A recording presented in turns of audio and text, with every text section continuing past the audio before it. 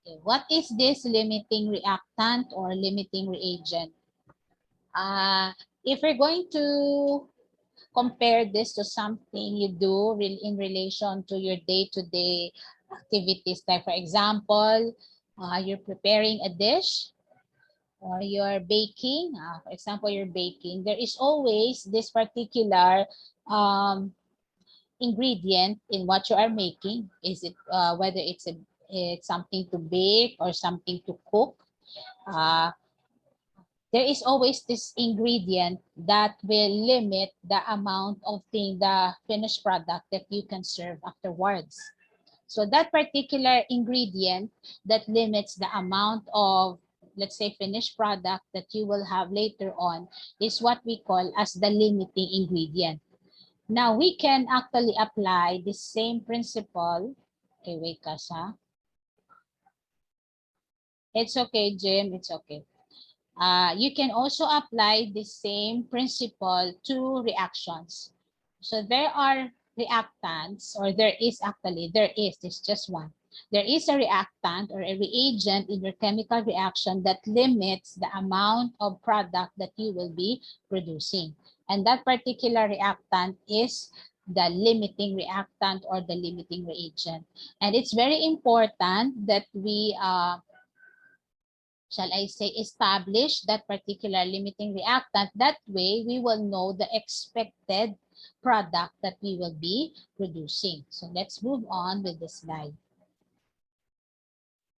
Now, if you're baking cookies, now you can make cookies until you run out of one of the ingredients that you are using. For example, the number of cookies that you will be preparing will depend on the supply of butter that you have, the remaining supply of butter that you have in your ref or in your fridge, or the number of eggs available, the sugar, the flour, and what else do you need for that?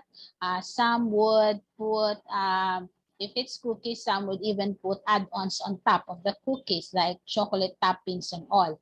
So the cookies that you will be preparing is dependent on this limiting ingredient. So that's the same thing with producing a particular product or chemical substance.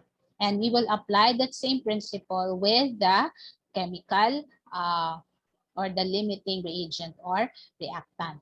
So one of this family, once this family runs out of sugar, in this, for example, they will stop making cookies, at least any cookies they would want to eat, or unless they have somebody to ask in one of the family members to procure more sugar, then they can continue making more cookies, unless otherwise, if they don't run out of sugar, they run out of another ingredient in making the cookies. For example, they run out of flour or they run out of butter. So it's the same thing with chemical reactions.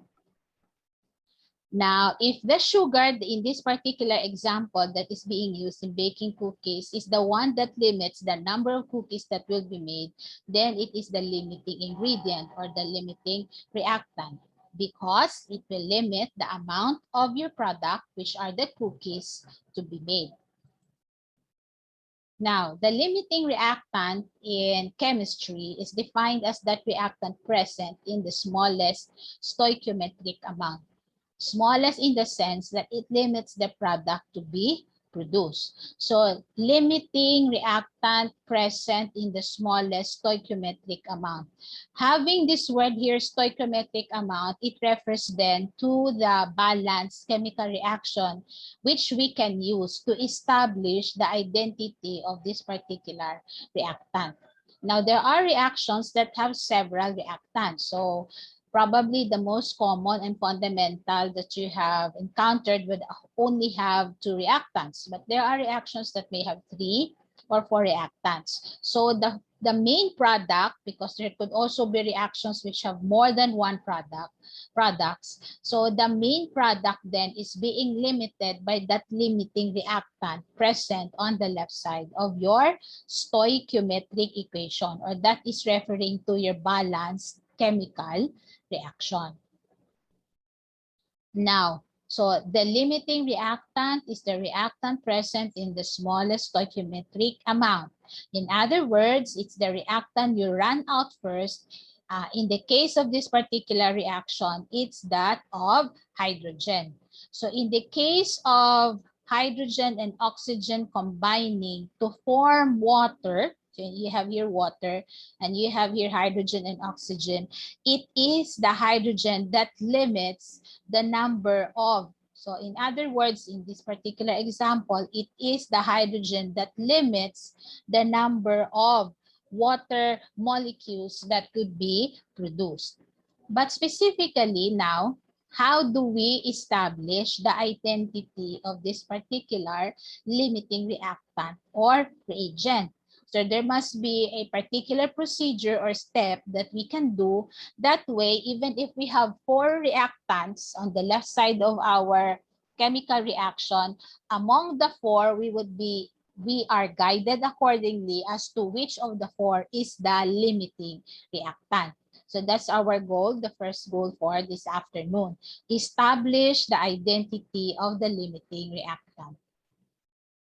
Now, in the example below, the O2 would be the excess reagent because in here, it's mentioned already, it's mentioned already that, I'd like to go back to the previous slide, that H2 is the limiting reactant.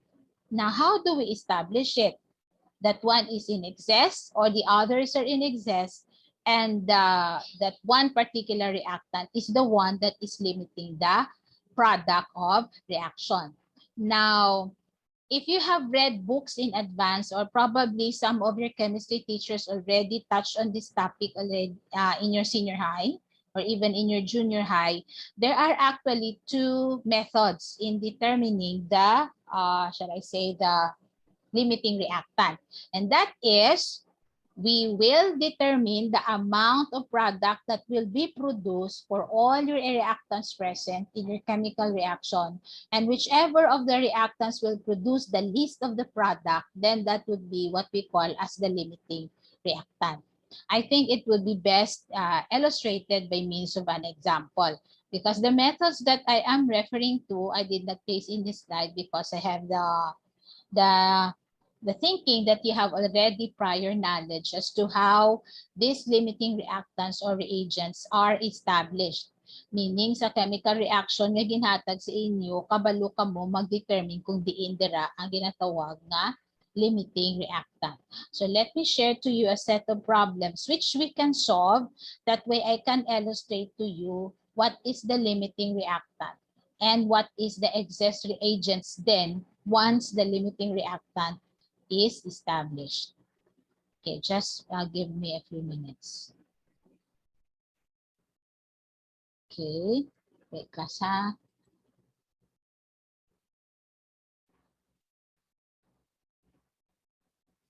Okay, let me share. It's okay, it's in here. Okay, do you see the Word document? Number 1, take the reaction. Let's start with the phrase, take the reaction. Do you see it?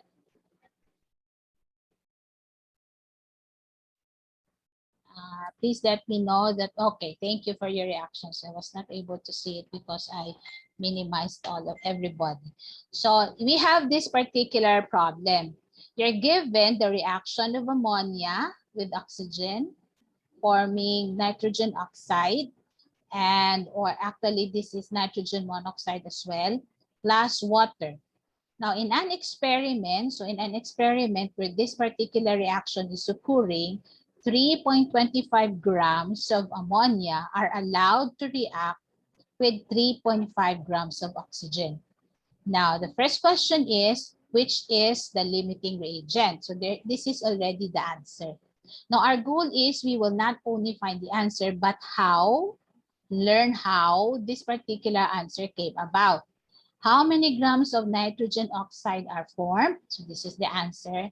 And how much of the excess reactant remains after the reaction? So since we have established already in here that oxygen is the limiting reagent, the other reagent must be the one that is in excess.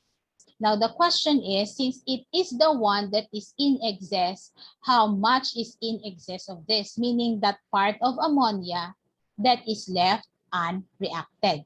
So we will answer this one by one.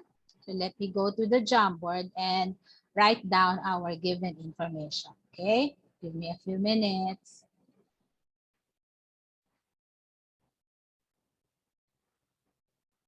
Okay, we'll have another one. A new board to start on. Okay, so let me share. You share. Okay. So we start with our given. Okay. Feel free to interrupt me if you cannot follow through. That way we make sure that you fully understand this one. So we start with the given. The primary given information is our balanced chemical reaction. So what is our balanced chemical reaction? Ammonia plus oxygen forming nitrogen oxide and water. Okay, so let me go back. We have ammonia plus oxygen forming nitrogen oxide plus water. Okay, that is our given. And it was stated that in an experiment, these are the amounts of the reactants that will be reacting, or shall I say that are available. So we have 3.25 grams of ammonia. So this one is, I'll change the font. We have 3.25 grams of ammonia, and we have 3.5 grams of oxygen. 3.5 grams. Okay, so these are our given information, and we are required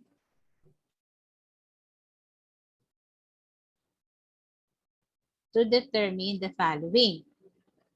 So the limiting reagent, so letter B, how much NO is formed. So how many grams of NO are formed? That's the question, letter B.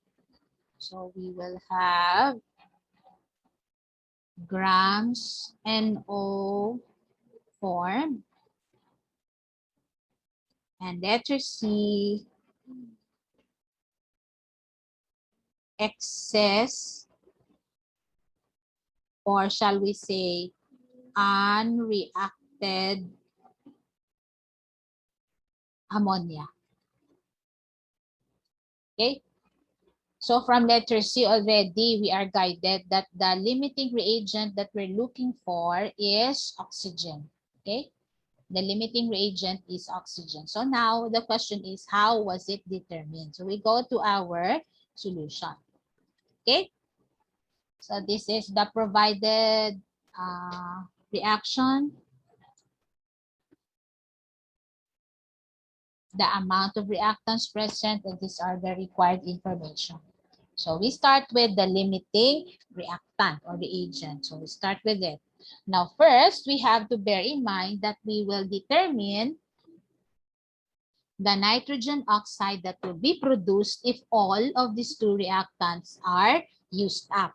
So we will have two computations. That way we can decide which of the ammonia and oxygen is the limiting reagent. Okay, so we will determine grams of NO formed. Okay, equal to.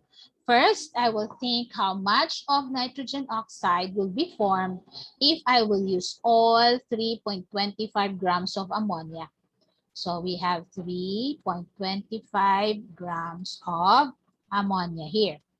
Now remember, before we can start using the balanced chemical reaction, there's a need for us to convert our amounts into moles, because the relationship that we'll be getting from this particular balanced chemical reaction are actually mole to mole relationships. So if it's mole to mole relationship, if the given amount is in grams, there's a need for you to convert it to moles. Now I have a question. what will you need or what will you use? That way you will be able to convert the grams of ammonia to moles of ammonia. What will you be using?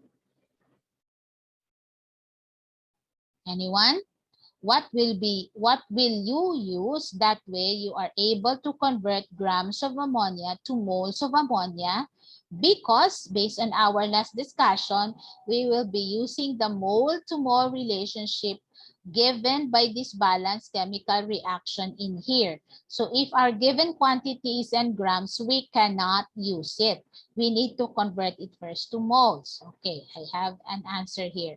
You need the molar mass of ammonia, or shall we say you need the molecular weight of ammonia.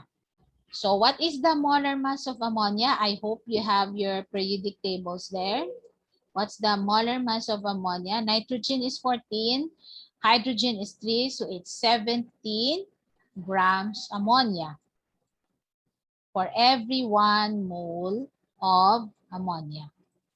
So notice, class, the way I'm writing it. The gram unit is in here. So when I use the molar mass, it should be division. That way, the goal is that way you get to cancel the grams of ammonia and replace it with mole of ammonia. So you don't multiply actually 3.25 grams by the molar mass, but you are dividing it. Okay, so somebody is writing here on the chat box that, okay, thank you for that, Harvey. So it's correct, 17 grams ammonia for every mole of ammonia. Now, before we use the mole to mole relationship in here that will connect our ammonia to the finished product, nitrogen oxide, let's check first whether this one is balanced, because I did not a while ago check whether it's balanced. Don't forget to first balance your chemical reaction prior to using the stoichiometric ratios available. What do I mean with stoichiometric ratios? Like 1 mole ammonia for every 1 mole of nitrogen oxide produced. 1 mole of ammonia for every 1 mole of water produced, if this is already balanced. But we will check if this is balanced or not. Okay? Now, in terms of N, in terms of nitrogen, we have 1 atom of nitrogen in each side of our equation. So we don't have any problem with it. Okay. Now, if you look very closely, you have here in this side 3 hydrogen and you have here 2 hydrogen. Now, can somebody suggest to me how are we going to balance our hydrogen? Because we have 3 in here and we have 2 in here. What do we do? We cannot proceed with our calculations unless we have this particular chemical reaction balanced. So can you suggest to me how are you going to balance?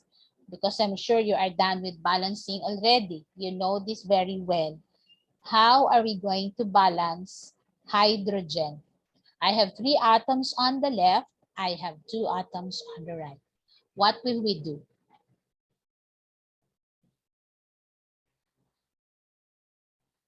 Okay. In this case, you are to balance as normal reaction, not as reduction, oxidation, reduction reactions in which you are allowed to add H plus and OH minus and then add water also. No, this is an ordinary reaction, meaning you're not going to balance this like the way you do with redox. Okay, so how do we balance hydrogen and hydrogen in these sides of our chemical reaction? Any suggestion?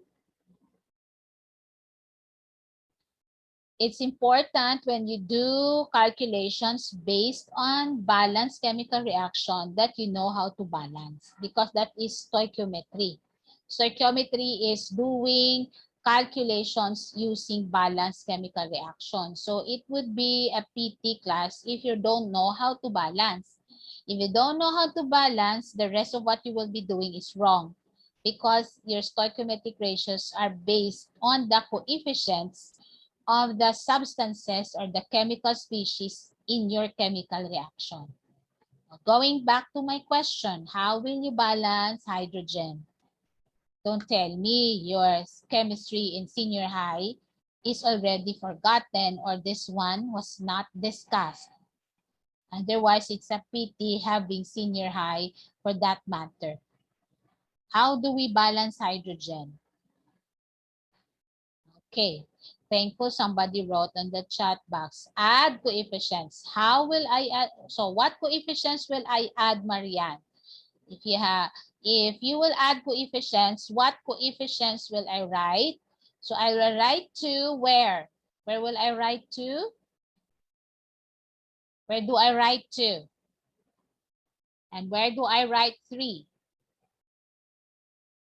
This is already review of what you learned. So very good, Marianne. So 2 here on ammonia and 3 here on water. That balances hydrogen because you have here 6 on the left and 6 on the right. So very good. Now you balance this ammonia or the hydrogen in ammonia by placing 2 in here. And that altered already nitrogen because originally your nitrogen is just 1 atom. Now it became 2.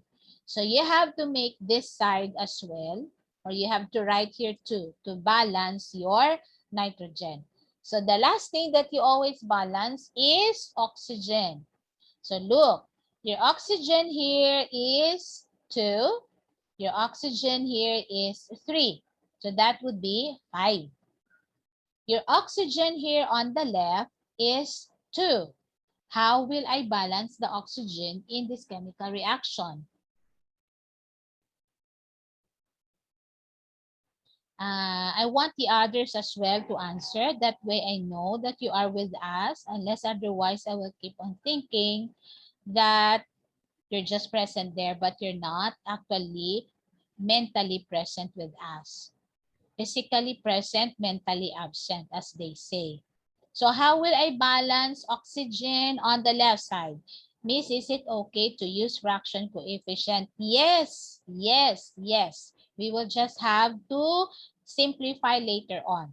So what do we do? It's okay to use fractions. So what do we do? I have here 2 plus 3, that's 5. What I have here is 2. So what will I do? I will what?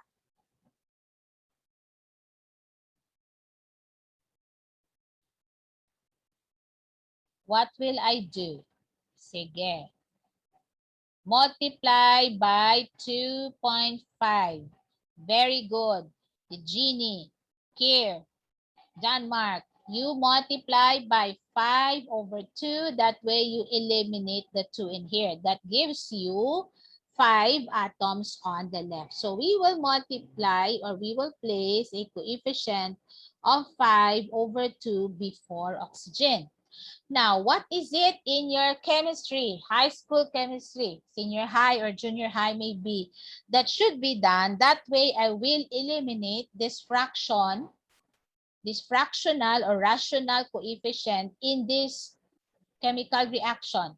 What should be done? You will what? Very good, Kyle. You will multiply by 2. You will multiply by 2 the entire reaction. So now I'll go here on the other side and show to you what would be the resulting answer. So I will multiply by 2, ha? So my 2 here will become 4. My 5 halves here will become 5. My 2 here will become 4. And this one will be 6. So I'll go on the next page. That way we'll have a lot of space. So you will have now, therefore, your new balanced chemical reaction would be 4 ammonia plus 5 oxygen forming 2 nitrogen oxide plus, let me check if it's 2, if it's just 1. So 2 times 2, that would be 4. Okay, so we change this. So this would be 4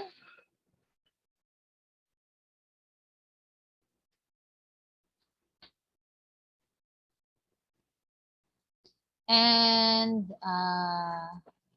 so 4, 5, 4, 3 times 2. That would be 6. So we have now 6 water. Okay. Now we'll recheck whether now we have balanced the left side and the right side of our equation based on the atoms of each of the elements present. So 4 atoms of nitrogen on the left, 4 atoms of nitrogen on the right. You have 12 atoms of hydrogen, also 12 atoms of hydrogen on the right. Oxygen here is 10. So you have here 4. 4 times 1, that would be 4 plus 6, that would be 10. So our original reaction, which does not have these coefficients, are now this one. So this is now our final balanced chemical reaction. This is where we're going to get the mole-to-mole relationship that should be used in here so that we will know how much of nitrogen oxide will be produced if all of the ammonia available is to be used. Okay, so I need to connect ammonia to nitrogen oxide. So the stoichiometric coefficients that I am actually to use is this, or are this. The 4 in ammonia and the 4 in nitrogen oxide. It's just the same as 1 is to 1, right? So if that is the case, you need not write 4 because they're just the same. 4 moles of ammonia will produce 4 moles of nitrogen oxide. So you go back here and write. I'll put this in red so you will know that this is the stoichiometric ratio that we use. So we have, since we have ammonia here, so ammonia should be in the denominator. So 4 moles ammonia or 1 mole of ammonia to 4 moles or 1 mole of nitrogen oxide. So whether you use 4 or 1, it doesn't matter because anyway, these 4s will just cancel each other out. And in the process also, if writing it in this manner, it allows you to cancel mole of ammonia in here to mole of ammonia in here. The unit now that is left is moles of NO. So since I placed here grams of NO, you can also actually just determine moles of NO. But since we're talking about amounts, then we'll use grams. So we just need again, the molar mass of the substance that we have in here. The molar mass of nitrogen oxide. That way we get the grams of nitrogen oxide. So then I'll just place it in here below because we cannot write it anymore. You use the molar mass of nitrogen oxide. Nitrogen is 14, oxygen is 16, so that would be 30. So I have here 30 grams nitrogen oxide to every mole of nitrogen oxide. Why place it like this, not this one, similar to this? It's because I want to cancel the moles NO. So the mole NO should be placed in that denominator. So I'm not at this time dividing by molar mass, but multiplying it with the molar mass. Multiplying this expression that is. So I will cancel now the moles of NO or nitrogen oxide to the mole of NO here. Now you have the answer. So 3.25 times 30 divided by 17. That would give us the grams of NO form. Okay, so can you please determine it? Grams of NO form. Okay, we have an answer here. So 5.735. How about the others? Kindly check. 5.735 grams. Okay, or 5.74 here. That's correct. Okay. So far, can you follow through what we're doing? We are determining the amount of NO produced based on the premise that we will use all the ammonia available. And we use the stoichiometric ratio based on the balanced chemical reaction. But we're not yet done. Why? Because we need as well to determine the grams of nitrogen oxide formed if all oxygen is used up.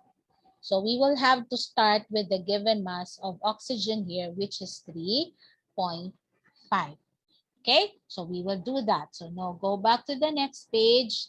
So we will determine grams of nitrogen oxide formed.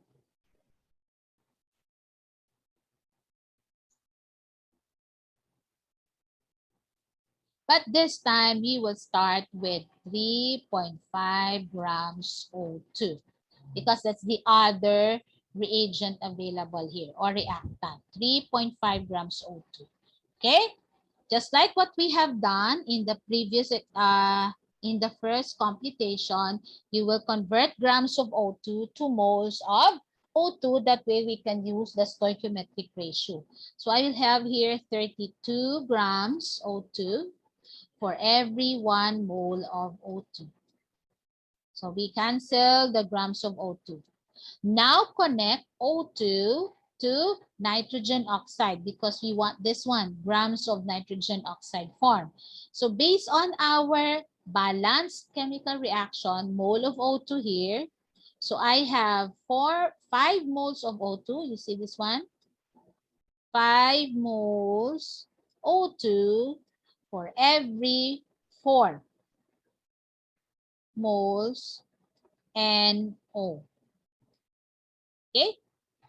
So why I write it this way, mole coefficient or coefficient of O2 in the denominator, it's because I want this cancel. And I have moles of NO in the numerator. Then since I want grams of NO, then you will multiply here by the molar mass of NO. So again, it's 30 grams NO for every 1 mole NO. So we cancel the mole of NO. This gives you now grams of NO produced. So in here, we'll have 3.5 times 4 times 30 divided by the product of 32 times 5. And you give me your answer, please. The rest there, some are not okay. It's 2.625. 2.63 or 2.625 grams NO. Okay, thank you. It's better that you use your calculator there and participate. That way you will not fall asleep. Okay? Sige lang. Now, 2.625 grams NO. Can you all follow through this procedure? Next thing you do is compare which of the two amounts is lesser. So in here, okay, already answer. In here, if you used all ammonia, this is the amount of product you will be producing. If you use all the available O2, which is 3.5, this is the amount of product that you will be producing. Tell me then, which is the limiting reagent or reactant? Is it ammonia or is it oxygen? Remember the definition? The limiting reactant or reagent limits the amount of product that will be produced. So, sino sa ila nga duwa ang limiting reagent?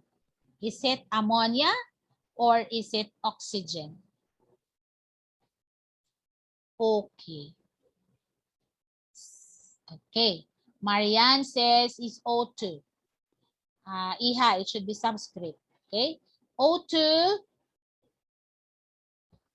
About the others. It should be O2. Why? Very good, Marianne. Why is it O2? Why is it O2 that will be your answer for limiting reagent? It's because it limits the O2 available, which is 3.5, will only produce this much of product.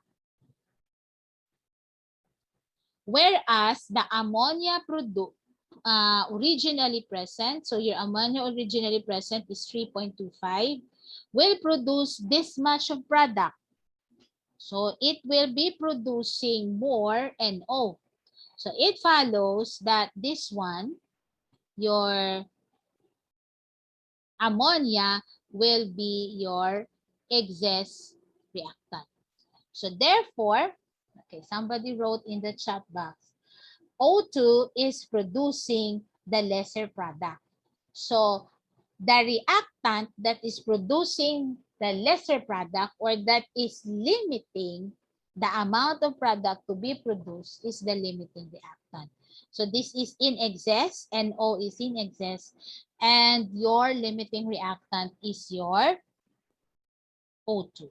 So as to our answer, in letter A, we say therefore O2 is the limiting reactant. Ammonia is the excess reactant. Do you follow? So we have already answered the first question. Let me go back if it can be seen here. Okay, share. So O2 is our limiting reactant. Our excess reactant is our ammonia. So for letter B, how many grams of NO are formed? So sa duha ka answer nga ginubrata, or sa kaduha ka thing nga compute naton, let me share again. Go back to our Jamboard. These are the two things that we have determined. Which of these two will you answer as the amount of NO produced? Since your oxygen limits the amount of nitrogen oxide produced, then the answer for the produced amount of NO will be that amount which is lesser. You cannot answer 5.735 as the produced NO because this is the amount of NO that will be produced if all of your ammonia is used up. But if all of the ammonia is used up, class, take note, you don't have enough. You don't have enough oxygen to react with it. Why am I saying that? Because ammonia is said to be in excess. Sobra siya. So kung ang imo i-reflect nga answer sa imo product nga NO is the product amount that will be produced if all of this ammonia is produced, then it's not that amount of product really that will be produced. Ang maproduce lang ammonia. Kaya nga aman ang available mo nga oxygen nga nagalimit kay NO nga maproduce is only 3.5. And your ammonia is more than that. So then the amount that you will be answered is this one. So for letter B, so your answer for letter B, and take note of that, the product answer that you will be answering for any problem concerning limiting reagent would be the list of the amounts that you have computed. So we say NO formed is equal to 2.63 grams. You will use the amount formed when all of the limiting reactant reacts. Do you get it? Do you follow?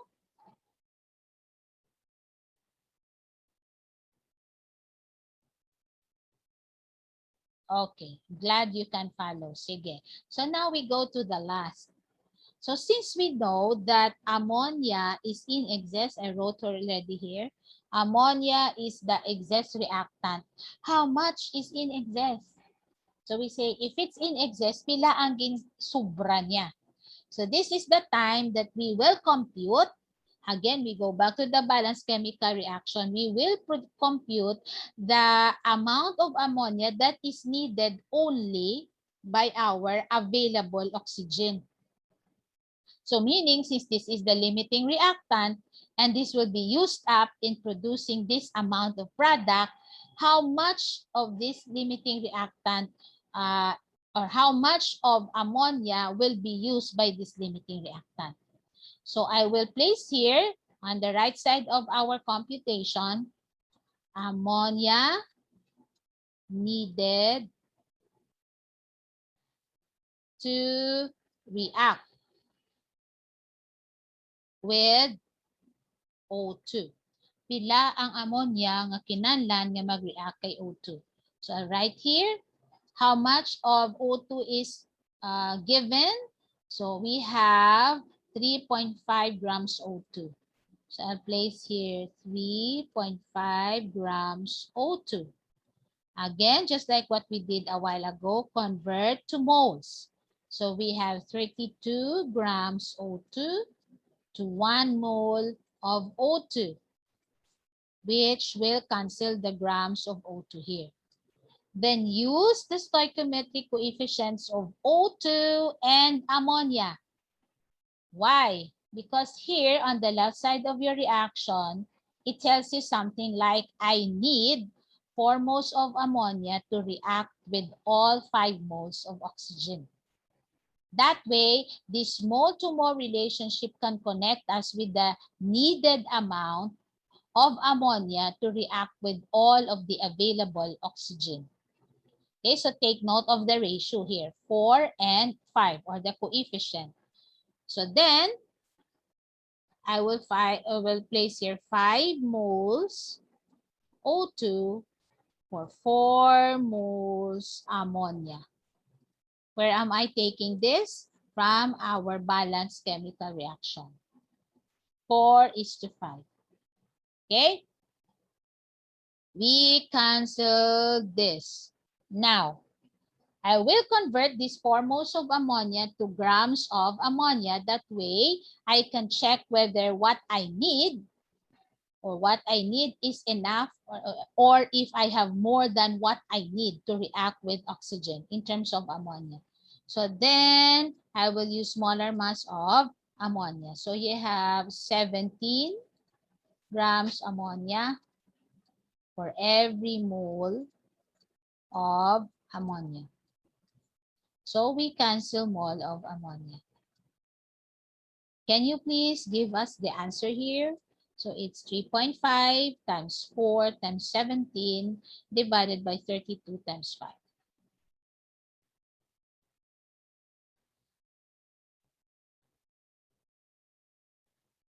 What do we have? Okay, I have here an answer, 1.49. Na-notice ko gid ba lang nga kung sino ang naghahatag sa akon sa answer, amo lang gid na sila gyapon ang gahatag. The rest are not at all participating even in the simple manner of using your calculators. Okay, I will really make sure that everybody is participating next meeting, because I will call out everybody and be ready with your calculators, and I will grade you if this will be the way it's going to be until end term, because this should not be the case. So I have the same names here giving me the answers. What about the rest? There's 21 of you. So these are all correct answers. Thank you, ladies and gentlemen. So you have here 1.48. So para safe, one here is 1.49, 1.487, 1.488. We will round this off to the nearest 2 second and to 2 decimal places. So 1.49 grams ammonia. What is this? How will you view this one? Okay, somebody wrote, okay. How will you view this one? This is to be viewed that if I will use up all 3.5 grams of oxygen, I will only be needing 1.49 grams of ammonia. Amo lang ning kinahanglan ko. Pero pila bala ang gin-supply nga ammonia? The problem has a supply of 3.25 grams of ammonia. So then I know you know what to do. So the excess amount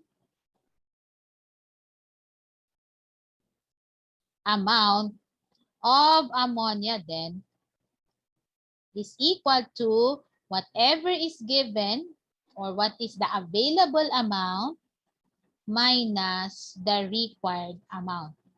And that is 1.49. Okay, so how much is this? That would be 51. 2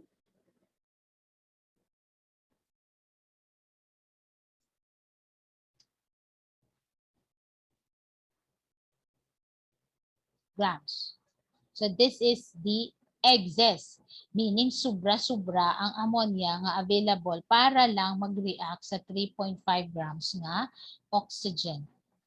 In order to what? To produce this much of product.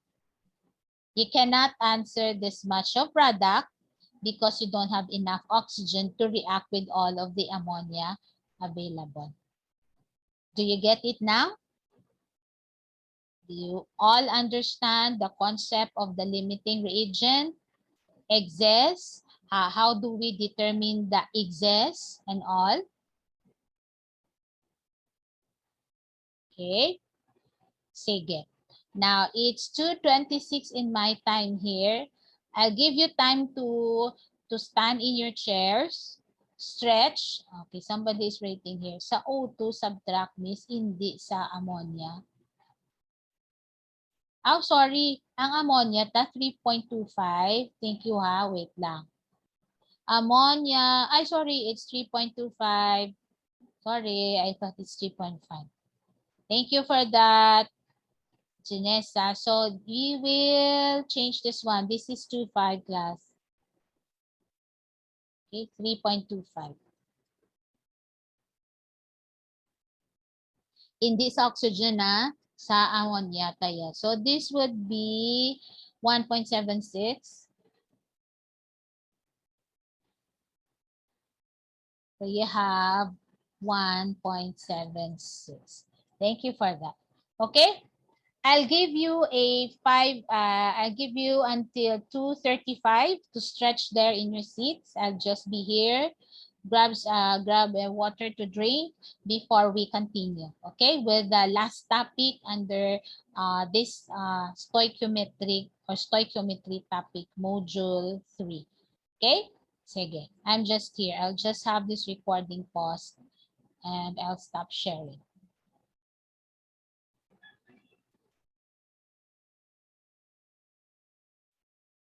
So we're done with the limiting reactant or the limiting reagent.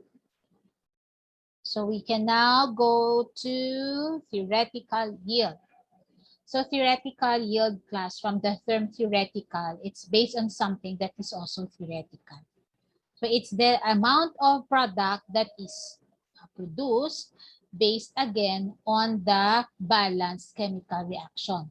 So it's the amount of product that can be made based on the given amount of reactant available to be used. That way we can produce that said product. Now, it could also be stated like it's the amount of product possible as calculated through the stoichiometric equation. So as calculated from or based on a balanced chemical reaction. That is why it's referred to as theoretical. Theoretical in the sense that if I have this much of reactant, it is expected that I will have this much of product based on my stoichiometric coefficients found in my balanced chemical reaction. So that is why it's referred to as theoretical yield. Now, this is very different from the actual yield, the amount that one actually produces and measure. Now, so if theoretical yield is different from the actual yield, which do you think of these two is higher in value? The theoretical yield or the actual yield? Anybody? So if we have the theoretical yield based on the stoichiometric ratios from the balanced chemical reaction, we have also actual yield, which is the actual amount produced and measured. Which of the two is lesser in value? The theoretical yield is bigger in value, correct? Your theoretical yield is bigger in value than the actual yield. Now, can you tell me the reason behind why we say that the theoretical yield is most of the time bigger in value than the actual yield? Why do you think we cannot really produce and measure an amount that is equal to the computed amount based on the balanced chemical reaction? Why is that? Why do you think it's difficult to have such? Anyone? It's a given that your theoretical yield is higher than your actual yield. Why? So somebody is saying, Carlos here is saying, theoretical is accurate, actual has percent error because of imperfections. What causes this error, and what do you think is the cause of this imperfect process?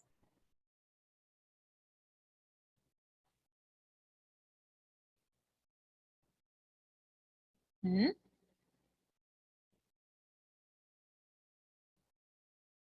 What causes the error and what causes the imperfect process? Error or loss of the reactants during the actual process experiments which affects the reaction. So it could be an error in handling your reactants or reagents in the process of having them reacted, or if you notice, class, I'm not sure if you were in your senior high, you were able to see reagent bottles. In those reagent bottles, there is this what we call purity. So meaning your reagents, the reagents that you are reacting in the first place to produce your desired product or products are not 100% pure. They have impurities. So if your reagents have impurities, and there will be errors in measuring the amounts of reagents that you are going to react, that way you produce your product or products, then it follows that the measured actual produced amount of product will always be lesser than the theoretical amount. Aside from that, in thermodynamics, you will also later on learn that there is no such thing as a 100% efficient process. So a chemical reaction is a process of converting a product or products from a set of reactants. So if there are no 100% processes, then it follows that our actual yield will always be at all times 100% be lesser than our computed or theoretical yield. Okay, so based on the purity of the reagents and based on the actual manner of performing the process of production. So, pwede man na siya ang performing, magsala ka sa pag-measure or may maula ikaw sa pag-process ng imong reactants. So, those are all contributory to not getting the computed theoretical yield. Okay? So, thank you for your answers in the chat box. So, all of those have your ideas. Okay, need only polishing. Okay, now having said this theoretical and actual yield, in association to this, we have what we call as the percent yield. So this is where we compare the amount actually obtained and measured to the amount that is supposed to be produced or that is possible to be produced. So that's your percent yield. In terms of a formula, we have actual divided by theoretical times 100 is the percent yield of your chemical reaction. So this percent yield tells you also of the efficiency of your reaction in terms of the manner of the reactants reacting to form the products. Okay? So now I will share to you a problem which will illustrate the theory behind percent yield, actual, and theoretical yield. So let's go back to the set of problems that we have. Okay, number 3. Here we go. We consider this reaction between benzene and bromine, forming this organic compound, and you have HBr, hydrogen bromide. Okay, you are required to determine the theoretical yield if, so this is the theoretical yield that we want, not the hydrogen bromide. The theoretical yield if we have 42.1 grams of benzene reacting with 73 grams of bromine. And then we determine the theoretical yield. Then next is if we have an actual yield of 63.6, what is the percent yield in this problem? So these are the answers. And this is our problem. Okay? Now, take note that we are again given two amounts available. Oh? The amount of benzene and bromine available are given. So we are to determine the theoretical yield. Okay? So the manner of determining the theoretical yield in this case will be similar, 100% similar to the previous example that we just discussed a few minutes ago. So allow me to go back to our Jamboard. Okay, so we have our second sample problem now. So given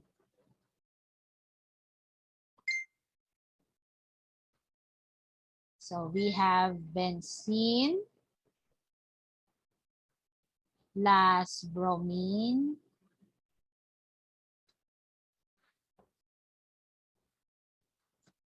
and this is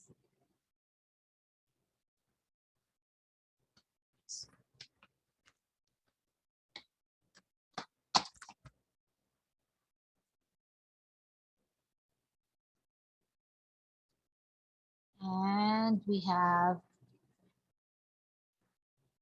okay, there you go. That's our given. It's not yet balanced. We have to balance this. Okay. As to the amounts, let's check.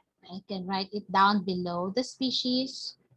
So as to the amount, we have 42.1 grams benzene.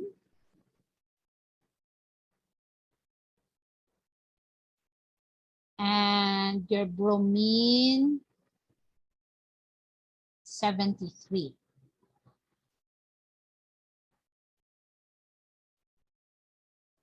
Okay. So these are our provided information. So what are we required to determine?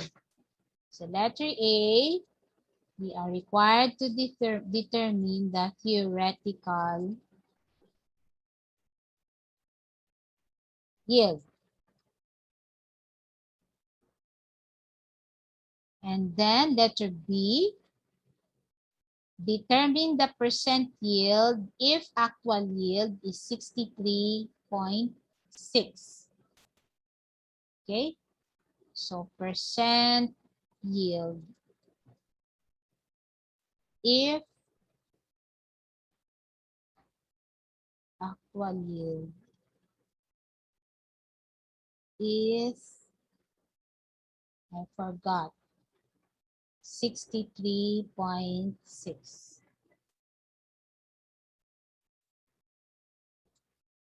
Okay, so this is it. Now I'll go to the solution.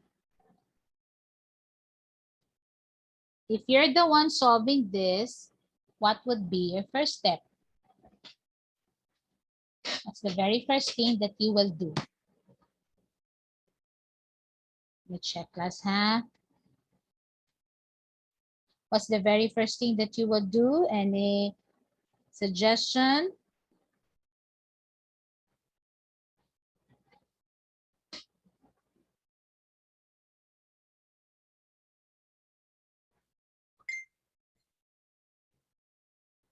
Okay, let me see. Balance, correct. Balance the chemical reaction or check whether the provided chemical reaction is already balanced. That's always the first thing that you will do. Okay, so we will do that. We'll start with balancing or checking whether it's already balanced. bromine.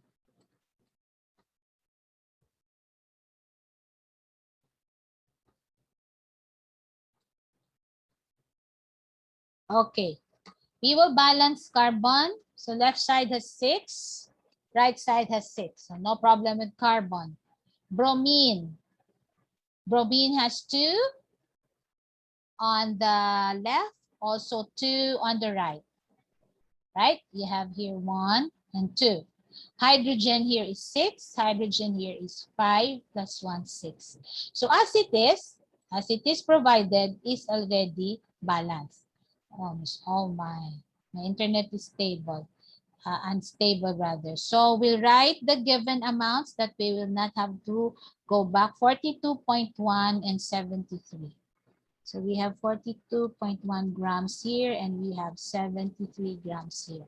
Okay, now tell me, what do we need to do first? That way we can find the theoretical yield. What do we do to find the theoretical yield? The amount of this product that will be produced based on these amounts of reactants available to be used.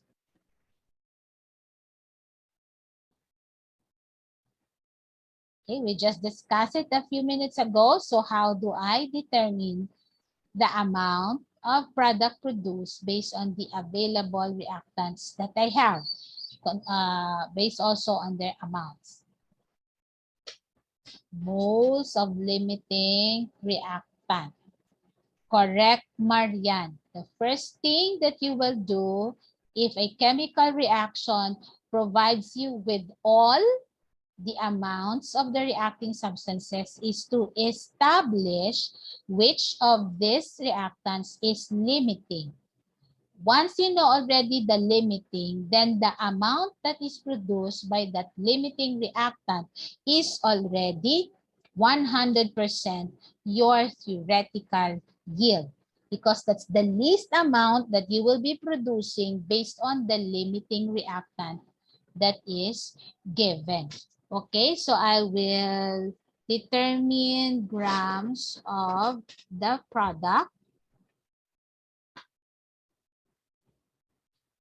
based on, I'll start with the first reactant, benzene. So 42.1 grams benzene. Can you please provide me with the molar mass of benzene? 12 times 6 is 72 plus 6, 78 grams for every 1 mole. And since they are all 1:1, then I will just have here 1 mole for 1 mole of product.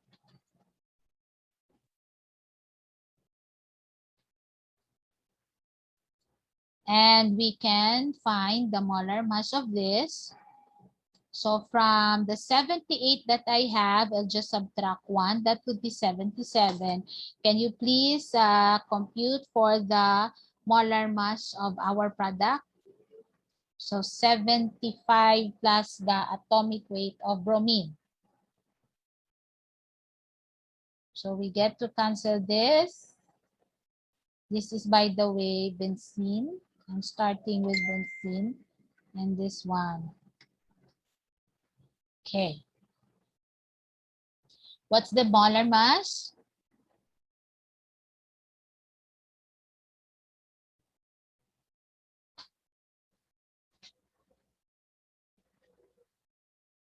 Bromine.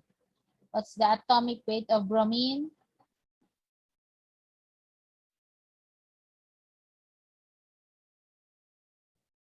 You should always be ready with your periodic table. So we have 154.9. Thank you for that, Mark. 154.9. The other one is 156. Did you subtract already 1 from this? 156.9.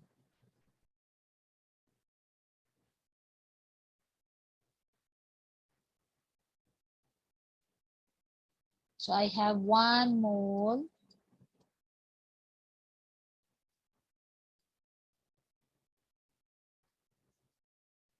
156 grams of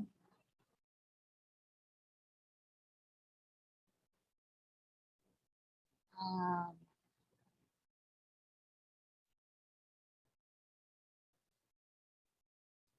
carbon is 12 times 6, that would be 72, plus 6 of the hydrogen, 78, right? Now I take 1 from the 78, that would be 77 plus bromine. There.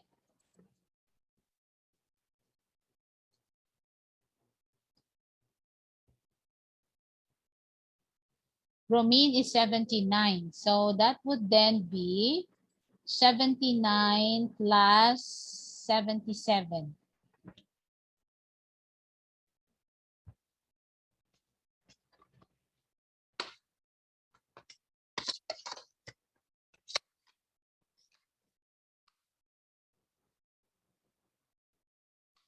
156. So it's really 156, okay? 156. 156 grams of our product. So we cancel this one.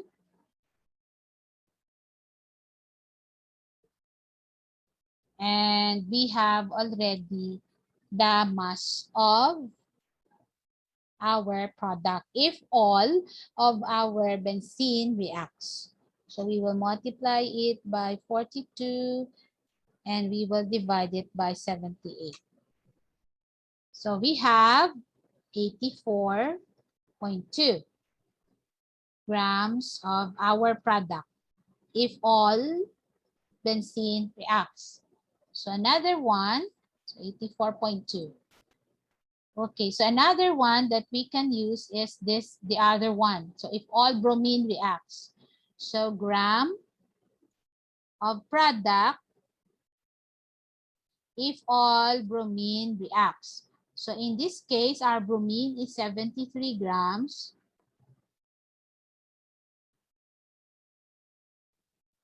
And we have 799 times 2, 158.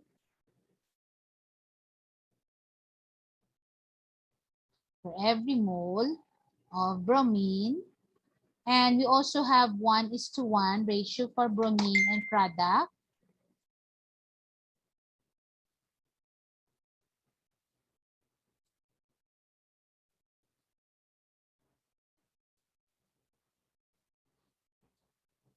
So we cancel this, and we multiply also by 156 grams of our product for every mole of it. So we cancel this. So in this case, this much of product is produced. So we have 73, we multiply by 156 and divide by 158. So your answer is 72.08 grams of product. So which of the two limits the amount of product produced? So is it this one, the benzene, or is it the bromine, which is only producing this much of product? So in this case, so you have written, a lot of you have written here that your limiting reactant is your bromine. And since your limiting reactant, it's not being asked, but it's important that you determine it because your theoretical yield is based on the limiting reactant. So therefore, our answer for letter A will be this one. The amount of product produced if all of our limiting reagent is used up.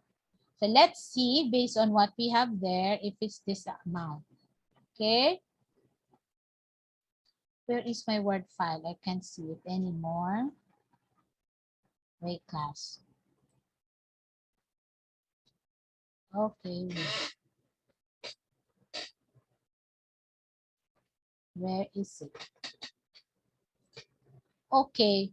So what is the theoretical yield? So the answer given here is 71.6. This may be due to the subsequent rounding off. So in our case, 71.6 there. In our case, our answer is, where is our jumbo? 71.6. Our answer is 72.08. If your 71.6 is rounded off, then it's more like it also. Okay, so this is our theoretical yield, 72.08. Now, what is our percent yield? It's very easy. So based on our formula for letter B, our percent yield is equal to your actual yield divided by the theoretical.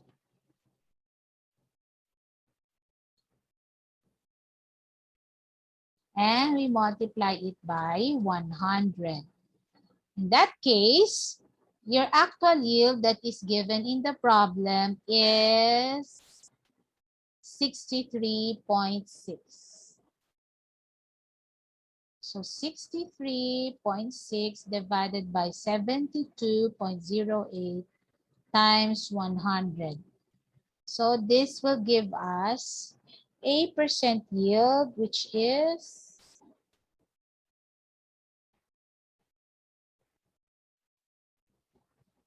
86.24% or 86.24. I did not cut. I just substituted the actual value that I got in here because this one is rounded off. Anyway, once we round off something, it will also affect our answer. But nonetheless, we are after as to the process of arriving at the answer. So this is our answer. And based on what we have then a while ago, so it's 88.8 as to the actual yield. In our case, it's 86.24. It's because of this one. Because in the answer, it's just 71.9 in here, 71.6. So it's expected that your percent yield will be higher. Our theoretical yield is higher. Probably in the manner that we have used the atomic masses. Okay, so this is it. This is your percent yield using the formula. And don't forget that whenever you are provided with the amounts of your reactants and you're asked for the theoretical yield, you are to establish first which one is the limiting reactant. Whatever is the amount of the product produced, that would be your theoretical yield. Okay, so this is what we have done here. We determine the amounts produced. Okay, whichever of the two is lesser, then that would be, oh, sorry class, it's 88. Can't see properly, it's 88 in my calculator. So 88. Sala si Miss Ali sulat. So this is 88.24.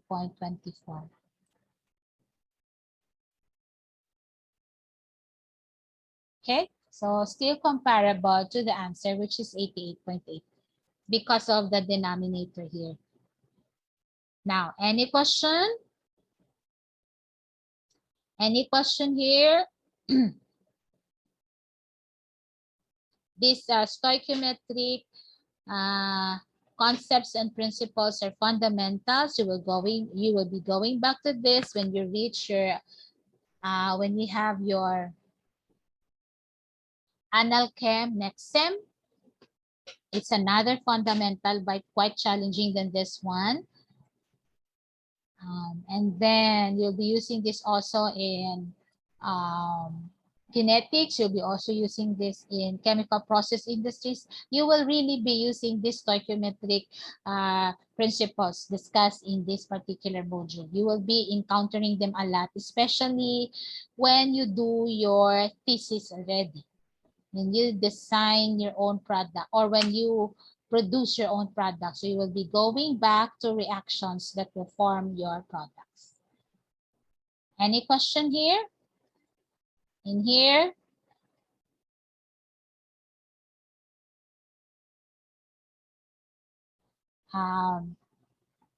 No question? Sige, I'll go back to our slide. I think this is our last part.